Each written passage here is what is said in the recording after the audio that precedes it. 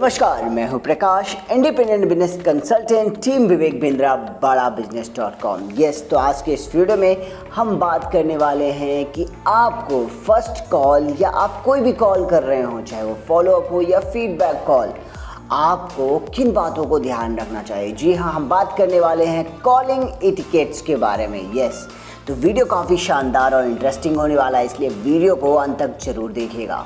साथ ही साथ अगर आप लोगों ने अभी तक मेरे चैनल को सब्सक्राइब नहीं किया है दोस्तों, तो प्लीज़ इसे सब्सक्राइब कर लीजिए, नोटिफिकेशन बेल को प्रेस कर लीजिए, क्योंकि ऐसा अमेजिंग कंटेंट मैं आप लोगों के लिए लगातार हर बार लाता रहता हूँ। तो चलिए शुरू करते हैं। जैसा कि आज का हमारा टॉपिक है कॉलिंग एटिकेट्स। आखिर क्यों ज़रूरी है ये कॉलिंग एटिकेट्स, पहले इसी को जान लेते हैं। सबसे बड़ी चीज़, अगर आपका एटिकेट्स बहुत अच्छा है तो ये आपके प्रोफेशनलिज्म को दिखाता है, नंबर 1। नंबर 2, देखिए, अगर आपका एटिकेट्स अच्छे हैं तो कहीं ना कहीं कस्टमर के साथ जो आपका ट्रस्ट रिलेशन है वो अच्छा होता है, और इससे क्या है कि आपकी जो सेल्स है वो क्लोज़ होने के काफ़ी क्लोज़ हो जाती है। तो तीसरी सबसे बड़ी चीज़, आप अगर बहुत ही अच्छी तरीके से कॉलिंग एटिकेट्स रखते हैं तो कहीं ना कहीं आपकी जो कंसल्टेशन है वो भी काफ़ी प्रॉपर रहती है। चलिए बात कर लेते हैं बेसिक का स्ट्रेट पॉइंट कि ये कब ज़रूरी है, कॉलिंग एटिकेट्स आपको कहाँ पे ध्यान रखना है। देखिए, कॉल करने से पहले आपको अपना कॉलिंग एटिकेट्स ध्यान रखना है। कुछ ड्यूरिंग कॉल, जब आप कॉल कर रहे हो उस समय आपको भी ध्यान रखना है कुछ बातें जो बहुत इंपॉर्टेंट हैं, और कुछ चीज़ें ऐसी हैं जो आपको बिल्कुल भी अवॉइड करनी है। तो ये तीनों चीज़ मैं आज कवर करने वाला हूँ कि कब कौन सी चीज़ आपको करनी है। चलिए बात करते हैं बिफ़ोर कॉल। बिफ़ोर कॉल आपको क्या करना है। देखिए, जब आप भी कॉल करने वाले हों तो आपको अपना प्रॉपर वर्क स्पेस सही रखना है। बिल्कुल आपका सिटिंग एरिया बहुत अच्छा होना चाहिए, बैकग्राउंड में आसपास आवाज़ नहीं आना चाहिए। अगर आपके आसपास कहीं आवाज़ आ रही है तो आपको ध्यान रखना है उस चीज़ का कि आपके पास वो नॉइज़ ना हो, आप उससे दूर हों। तीसरी, आपका जो नेटवर्क कनेक्शन हो वो काफ़ी अच्छा होना चाहिए। चौथा, आप एक अपना जो वाटर बॉटल है वो रखिए। ऐसा नहीं कि आपका गला सूख रहा है, आप बात करते हैं तो कहीं ना कहीं वो आगे चल के आपको समस्या क्रिएट कर देता है। देखिए, एक चीज़ बहुत इम्पॉर्टेंट है, आप अपनी वर्किंग आवर्स को ज़रूर फिक्स रखिए। जब भी आप कॉलिंग करते हैं आपको पता होना चाहिए कि आप किस दौरान कौन सी कॉल करने वाले हैं। लाइक आपको पता है कि रिटर्न से आपको 11 से 12 अटेंड करना है, ठीक है। आप अपने कॉलिंग आवर्स उसके बाद सेट कर लीजिए, फ्रेश कॉल कब करेंगे, फॉलोअप कॉल कब करेंगे, और टोकन कस्टमर्स को कॉल कब करेंगे। देखिए, ये सारे कॉल्स के लिए अलग अलग टाइमिंग्स आपको रखनी है। इसके अलावा आप अपने लंच ब्रेक्स एंड स्मॉल जो ब्रेक्स आप करेंगे उनको भी निर्धारित कर लीजिए कि आपको कौन सा कार्य कब करना है। चलिए इसके बात कर लेते हैं कि ड्यूरिंग कॉल आपको कौन सी बातों को ध्यान रखना है। यस, ड्यूरिंग कॉल जब भी आप हेलो बोलते हैं तो आपको ना फर्स्ट वेट करना है। याद रखें, जब भी आप हेलो बोलते हैं किसी कस्टमर से तो आपको वेट करना है कि सामने वाला कस्टमर आपको रिस्पॉन्ड करे। दूसरी चीज़, आपको काफ़ी पोलाइट और प्रोफेशनल ग्रीटिंग देनी है। लगना चाहिए सामने वाले व्यक्ति को कि आप एक प्रोफेशनल पर्सन हैं। तीसरी चीज़, आप अपने लैंग्वेज को अपने हिसाब से चुनाव कर सकते हैं कि सामने वाला व्यक्ति किस प्रकार की भाषा को ज़्यादा सरलता से समझ पा रहा है। चौथी चीज़, आपको उसकी हर बात को काफ़ी एक्टिवली सुनना है। देखिए, सुनना काफ़ी नहीं है, आपको नोट्स मेकिंग करनी है ताकि आगे चल के जो उसकी प्रॉब्लम है उसकी नीड को आप एनालाइज कर सकें। इसके अलावा देखिए, कुछ आंसर्स ऐसे होते हैं कि आपको नहीं पता होते, तो इसका मतलब ये नहीं कि आप वहाँ पे झूठ बोलें। ऑनेस्टली आप अपने आंसर्स के लिए भी काफ़ी ऑनेस्ट रहिए, है ना। एंड सबसे बड़ी चीज़, हर चीज़ जो भी आप बात कर रहे हैं बहुत ही clear cut to point and straightforward बात कीजिए। आपको इन चीज़ों को हमेशा ड्यूरिंग कॉल के दौरान आपको बात जो है ध्यान रखनी है। अब देखिए, मैं आपको सीधा सा पॉइंट बता रहा हूँ, मैं आखिर क्यों फोकस कर रहा हूँ इन सब चीज़ों के। भाई, एक सिंपल सा फैक्ट है कि आप की जो वॉइस है, जो आप बोलते हैं, उसका जो टोनेज है वो 86% पड़ता है। सामने वाला व्यक्ति आप कैसे फ्लैक्चुएशंस लाते हैं, कैसे अगर एक ही तरीके से आप कंटिन्यू टॉक करते रहेंगे कहीं ना कहीं ये फ्रस्ट्रेटिंग एंड बोरिंग सा हो जाता है। तो आपकी पिचिंग, स्टिमुलेशंस, ये सारी चीज़ें बहुत इंपॉर्टेंट हैं। कहीं ना कहीं ये आपके जो कस्टमर के माइंड पे भी इफ़ेक्ट करती हैं।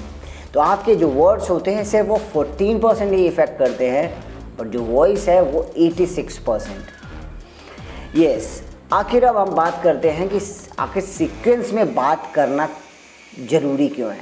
ठीक है, सीक्वेंस में बात करना बहुत ज़रूरी है। अभी सीक्वेंस में बात कैसे करेंगे भाई? सिंपल, स्टार्ट स्ट्रॉन्ग, मतलब अपना इंट्रोडक्शन पार्ट जो है बहुत ही स्ट्रॉन्ग रखना है। दूसरी चीज़, आपको नो योर कस्टमर, आपने KYC करनी है अपने कस्टमर की। यस, और तीसरी rapid building and adding values. देखिए ये 3 चीज़ों को मैं क्रमशः एक एक करके आपको एलेबरेट करता हूँ, काफ़ी विस्तार से जाएंगे। यस, कैसे आप स्टार्ट स्ट्रॉन्ग करेंगे? सिंपल, देखिए लाइफ में जब भी आपके साथ फर्स्ट कॉल कर रहे हो तो you will not get the second chance. ठीक है, आपको इम्प्रेशन देना है, फर्स्ट इम्प्रेशन, तो only you have only one chance. अगर आपने उस पर कर लिया तो आपका स्टार्ट जो है स्ट्रॉन्ग हो जाएगा, आपका इंट्रोडक्शन बेहतरीन हो जाएगा। देखिए आपको कैसे शुरू करना है। अगर आप शुरुआत जब करते हैं तो आप बोलिए, नमस्कार दीपक सर, मैं प्रकाश बात कर रहा हूँ, बड़ा business doctor Vivek Bindra sir की टीम से। आप इस तरीके से आप अपनी बात को शुरुआत कर सकते हैं। अब देखिए, स्टार्ट स्ट्रॉन्ग आप कर रहे हैं तो आपको किन बातों का स्पेशली ध्यान देना है। देखिए जब आप बात कर रहे हो फर्स्ट टाइम, और फर्स्ट टाइम ही नहीं, कभी भी बात कर रहे हो, तो आपको ग्रीटिंग देना है with a very cute smile. ठीक है, दूसरा, आपको पावरफुल सेल्फ इंट्रोडक्शन अपना बताना है कि आप कौन बात कर रहे हैं।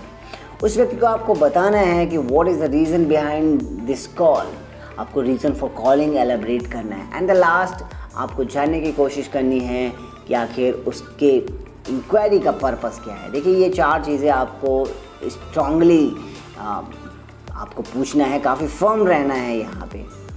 देखिए इसके बाद आपको करनी है KYC। यस, KYC में बेसिक प्रश्नों के आंसर्स आपको पूछने होते हैं, पर स्पेशली आप जनरली क्या पूछते हैं, सामने वाले व्यक्ति से उसकी एज पूछते हैं। अब एज क्यों पूछना ज़रूरी है मैं आपको बता देता हूँ। एज अगर आप पूछते हैं और सामने वाला व्यक्ति आपको 35 से ऊपर बताता है तो कहीं ना कहीं वो स्टेबिलिटी एंड सिक्योरिटी को लेकर चिंतित रहता है। आपको वहाँ पे उसके हिसाब से उसको बात करनी है। और अगर 35 साल से छोटा है तो वो अपने ड्रीम्स और डिज़ायर्स को लेके काफ़ी चिंतित रहता है, तो कहीं ना कहीं वो अपने कुछ गोल्स को पूरा करना चाहता है। तो इस प्रकार से थोड़ा आपकी जो एज है वो भी आपको हेल्प करती है। सामने वाले व्यक्ति के लोकेशंस, लैंडमार्क जानने की कोशिश कीजिए। सामने वाले व्यक्ति के प्रोफेशंस और उससे जुड़े उसकी इनकम को जानने की कोशिश ज़रूर कीजिए। ये KYC में ये कुछ बेसिक क्वेश्चन आपको रखना है। देखिए क्या रखना है भाई, किसी की एज को पता करना है, किसी की सैलरी पता लगाना है कि कस्टमर कितना सीरियस है। देखिए पता लगाना है आपको कि कस्टमर के दिन का दिलो क्या है। देखिए उस व्यक्ति का काम किस तरीके से चल रहा है, कैसे कर रहा है, क्या काम करता है, किस समय, आपको ये सारी जानकारी रखनी बहुत ज़रूरी होती है। सो मैं चाहूँगा कि आप उससे जब भी प्रोफाइलिंग कर रहे हो तो काफ़ी रिलेवेंट क्वेश्चन ही करें प्रोफाइलिंग के दौरान। चलिए बात करते हैं कि कस्टमर क्या चाहता है आपसे। भाई देखिए 2 ही चीज़ है। देखिए या तो उसकी कोई वर्निंग प्रॉब्लम होगी जो वो खुद सॉल्व नहीं कर सकता और वो आपके पास आया है, और दूसरी चीज़ उसका कोई फ्यूचर गोल होगा जो वो अचीव करना चाहता है। अब देखिए आपको 2 ही चीज़ों में मदद करनी है, या तो उसकी बर्निंग प्रॉब्लम को सॉल्व करानी है या तो उसका गोल को अचीव कराना है। ठीक है, कस्टमर से सिर्फ आपको 2 ही रिक्वायरमेंट होती है। भाई बहुत ही बेहतरीन गोल्डन स्टेटमेंट है कि हर कस्टमर को इस बात की चिंता है कि आपको उसकी कितनी चिंता है। वन मोर टाइम, हर कस्टमर को इस बात की चिंता है कि आपको उसकी कितनी चिंता है। देखिए बहुत इंपॉर्टेंट हो जाता है कि आप उस कस्टमर जिससे आपकी बात हो रही है आप उसकी कितनी चिंता कर रहे हो, कितनी केयर कर रहे हो, तो बहुत इंपॉर्टेंट है। वो यही सोचता है। देखिए अगर आप सेल करने निकलेंगे तो कहीं ना कहीं आपकी जो डील्स है वो बिल्कुल नहीं होने वाली हैं। तो फोकस कीजिए आप उसकी प्रॉब्लम को समझने में, उसके गोल को समझने में। चलिए, सबसे लास्ट जो पॉइंट था रैपिड बिल्डिंग और एडिंग वैल्यू, वो क्यों ज़रूरी है भाई? मैं क्यों बोल रहा हूँ कि रैपिड बिल्ड करना और वैल्यू को ऐड करना बहुत ज़रूरी है? क्यों? क्योंकि अगर आप वैल्यू क्रिएट नहीं करते हो तो आपका रिलेशन नहीं बनता, और रिलेशन नहीं बनता जहाँ, वहाँ पे ट्रस्ट नहीं बनता, और ट्रस्ट नहीं है तो समझिए ट्रांजैक्शन भी नहीं है। तो यार ऑलवेज़ याद रखें कि अगर आप ट्रस्ट नहीं बिल्ड करते हैं तो आपका ट्रांजैक्शंस कभी नहीं होने वाला। तो कस्टमर के साथ रिलेशन और ट्रस्ट बिल्ड करना बहुत ज़रूरी है, और ये तभी संभव है अगर आप रैपिड बिल्ड करते हैं और अपनी वैल्यू को क्रिएट करते हैं। चलिए, इसके बाद मैं आपको बता दूं कि क्या वो चीज़ हैं जिनको आपको कॉल्स के दौरान अवॉइड करना है। Yes, don't multitask. देखिए, एक समय में एक ही काम कीजिए, कई सारे कार्य को मत कीजिए। दूसरी चीज़, don't eat during a call. भाई खाना तो बिल्कुल मत खाइए, नहीं तो आप सामने वाले के जो साथ जब आप कॉल कर रहे होंगे तो आपका जो प्रोफेशनलिज्म है वो सही तरीके से नहीं झलकेगा। तीसरी चीज़, don't walk while you talk. देखिए, आप पैदल चलेंगे ना तो आपका दिमाग इधर उधर चलेगा। आप एक जगह स्थिर होकर बात कीजिए, इससे कहीं ना कहीं आपकी कॉल में भी एक बहुत ही अमेजिंग सा इम्प्रूवमेंट नज़र आएगा। Don't argue with customer. देखिए, कस्टमर के साथ आर्ग्यूमेंट तो बिल्कुल भी मत कीजिए, क्योंकि कस्टमर होता है भगवान, और कस्टमर भगवान है तो आप भगवान से अगर आर्ग्यूमेंट करेंगे तो कहीं ना कहीं आपकी डील पे ही संशय उत्पन्न हो जाएगा। And don't use slangs. बहुत सारे IBCs क्या करते हैं, स्लैंग्स वर्ड का इस्तेमाल करते हैं। तो मैं बताना चाहूँगा कि स्लैंग्स वर्ड का इस्तेमाल बिल्कुल भी कॉल के दौरान नहीं करें अगर आप एक प्रोफेशनल कंसल्टेंट बनना चाहते हैं।